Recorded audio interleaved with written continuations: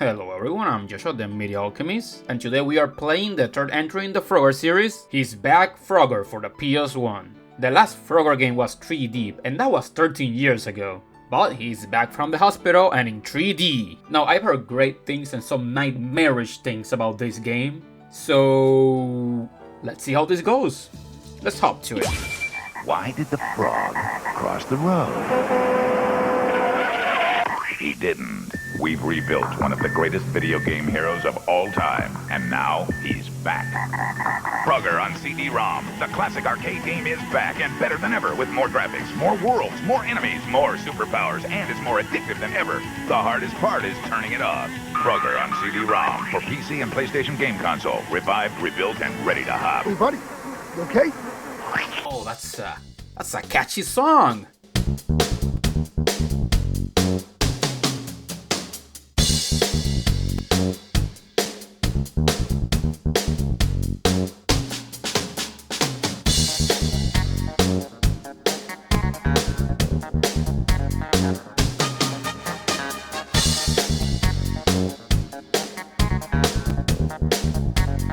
I died in so many ways in this game.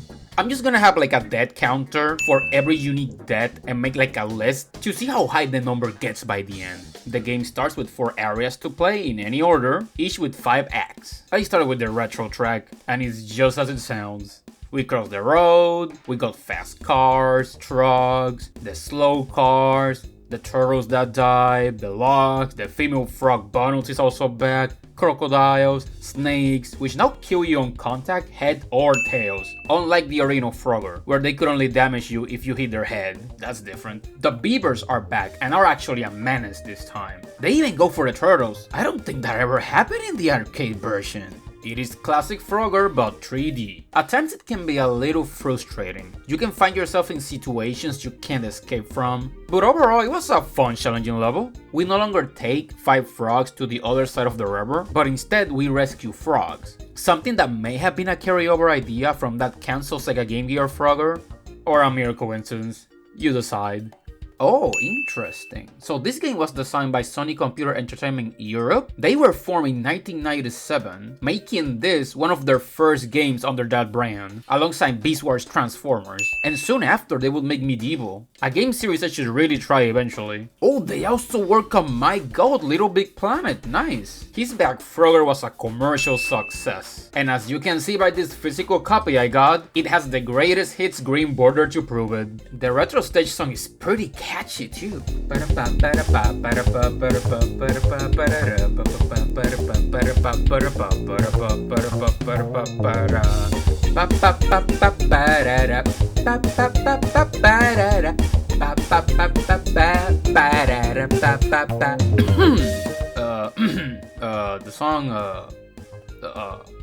Song's fine. It's a fine song. It's an okay song. The last few stages tend to have a redux version of the song which have a faster beat. Now the second world we visit is the swamp, and here we get to start seeing what this game is really building itself to be. A more expansive Frogger where you explore the map to rescue those frogs. Just like the Game Gear game, you truly have to wonder if that was the inspiration or if it was just a coincidence, cause in all honesty, the concept does feel like a proper evolution of the arcade game. Every time you rescue a frog, you get sent back to home base and your time meter resets. I do like how we started very classic and then we expand into something more, despite the fact that you can play the stages in any order you want, so technically that might not be your first actual stage. Ooh, this song is so groovy.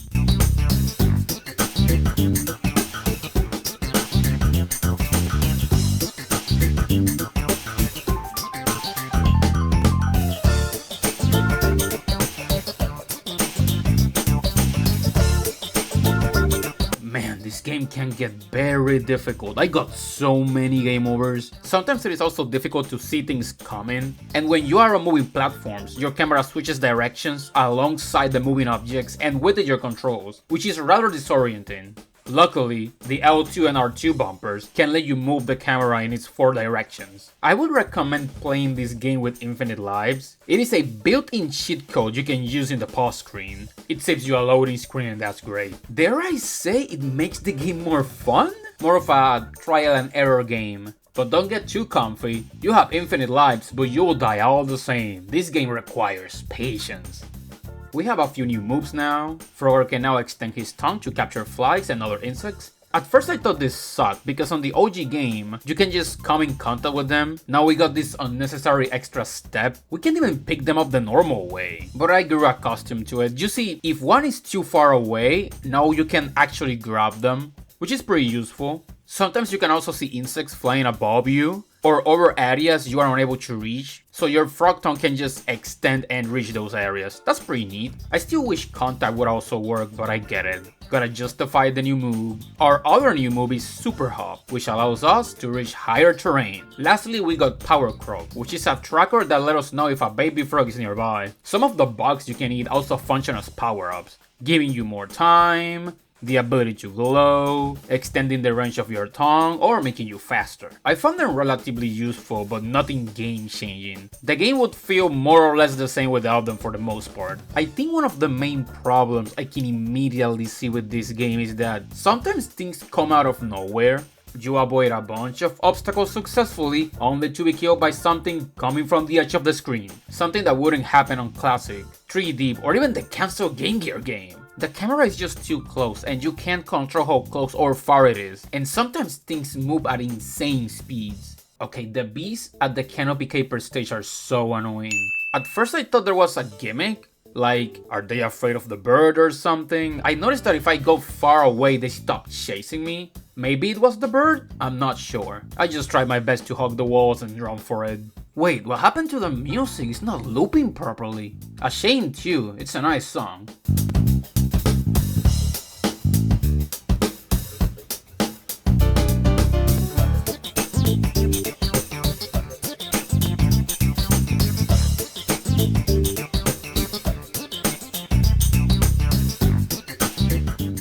Oh, the next stage was a nightmare to traverse. I find it funny that we ride these owls and they don't attack you, despite being known as vicious predators who would gladly eat frogs. I'm guessing these other birds are like hawks? Maybe? They attack you on sight. We got tree branches that snap, annoying squirrels to avoid, porcupines. If you don't know what you're doing and where the frogs are, you will die. Oh nice, I ran into a golden frog by accident. I better get something cool for collecting these.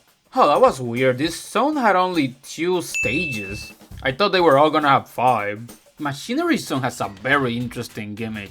Is this maybe my favorite stage so far? We got a bunch of spinning platforms, but they don't spin around you. We press these red switches and activate different platforms.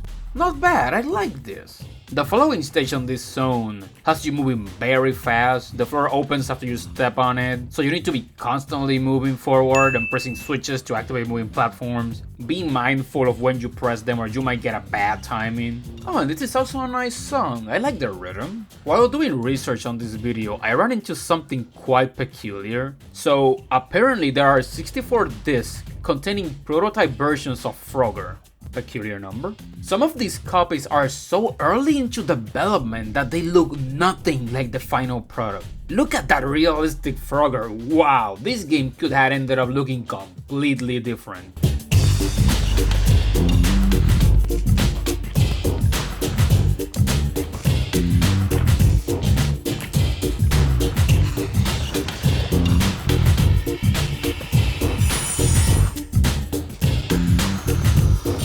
Got the Dark Caves. The first stage on this was so easy. It's a labyrinth, it's pretty dark, but you can eat these fireflies to light the way. All the frogs are at the end, and the spiders have good timings. I can react to them in time when they surprise me.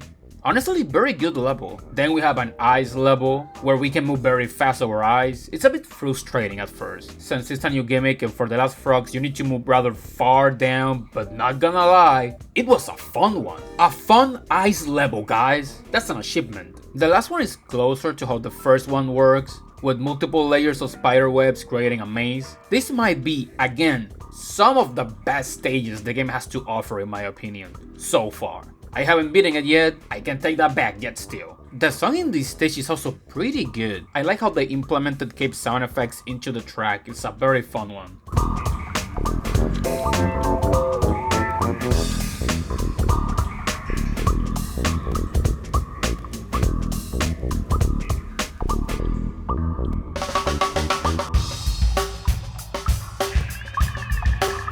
Oh look, we're back in the skies. Is this a 3D callback? I mean, I better see a dragon soon. This stage is a bit meh. You just repeat the same thing over and over with extra steps. Oh wait, that's every stage. We do have a new balloon gimmick. The green ones float around and pop, while the other ones sink. That's pretty much it for this stage. The others are pretty much the same, except for the last one, the worst one. The helicopters are annoying, the birds follow you and it's annoying, the floor is slippery, the absolute worst. On top of that, at some point the helicopters go out of sync and you get softlock. I had to redo the whole stage. This is my least favorite one, nope, my most hated one. The song of this stage was pretty good and had some good vibes. That will be all I have to say about it. If it wasn't for the fact Frogger has once more thrown me on a loop. The comments on this song were rather peculiar, so I did some digging, and as it turns out, this song is very famous for being used on an old internet tool. It looks just like it does in our history books, only it seems more real. Like we're there.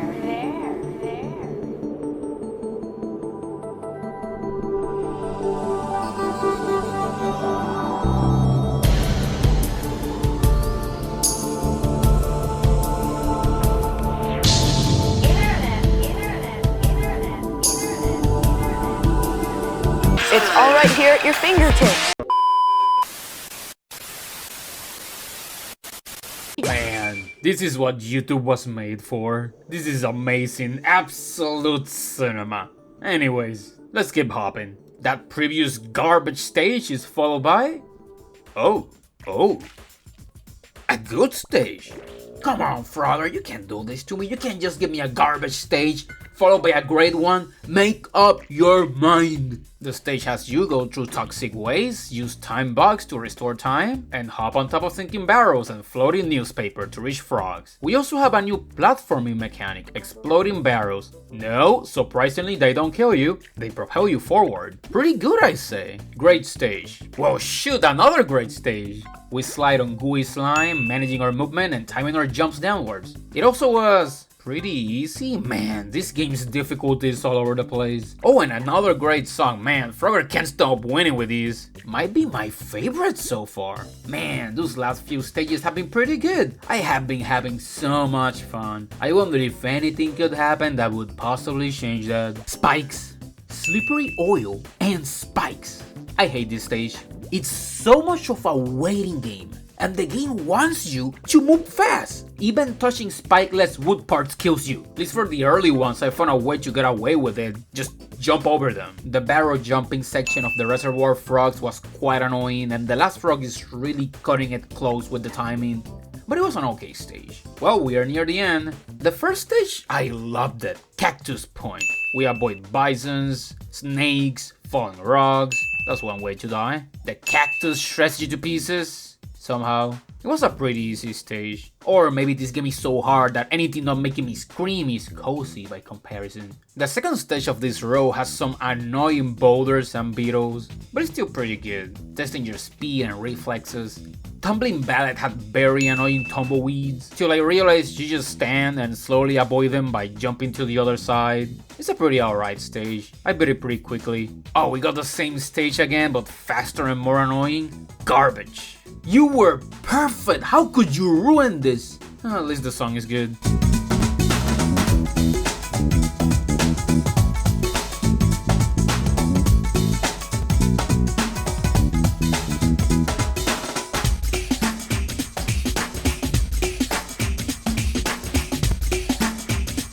And we have made it to the last stage. This is a great stage, probably my favorite. Good song, lots of fair obstacles that are difficult but avoidable, a good vibe to it, and what's this? A temple. Well, throughout the entire game, we have been collecting these golden frogs. They are not required to beat the game, but if you reach this stage with all of them, the temple door will open and inside you'll fight the final frog. Once you obtain it, this happens.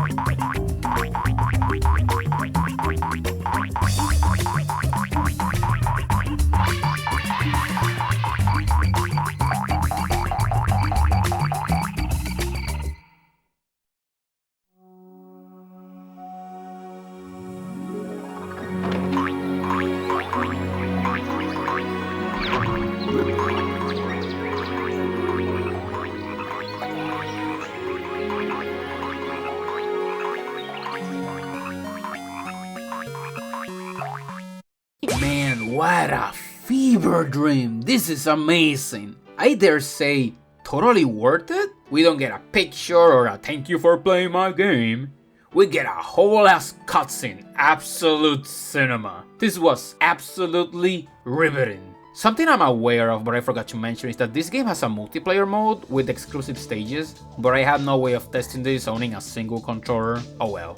I am very mixed on this game, and so was everyone. The game sold very well, some of it was probably a carryover from Frogger's established popularity, but like me, the complaints were all the same. The camera gets too close, you can't see things coming at you properly, it's a trial and error game where you get sent back for both dying and rescuing a frog, which means you're also repeating the same frustrating obstacles over and over again.